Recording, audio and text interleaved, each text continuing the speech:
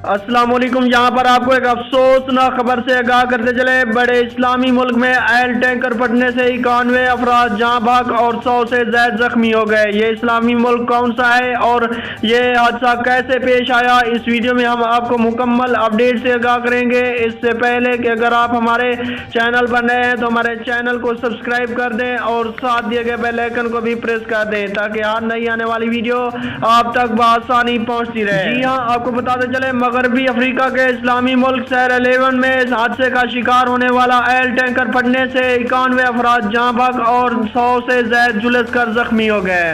खबर agency Reuter के मुताबिक वाक़या दारुल हुकूमत फ्री टाउन में पेश आया। हुकूमती सतह पर हलाकतों की तस्दीक नहीं की गई, ताहम साद खाने के मैनेजर का कहना है कि ऑयल टैंकर फटने से होने वाले धमाके के बाद 91 लाशों को मुर्दा खाने में लाया गया है।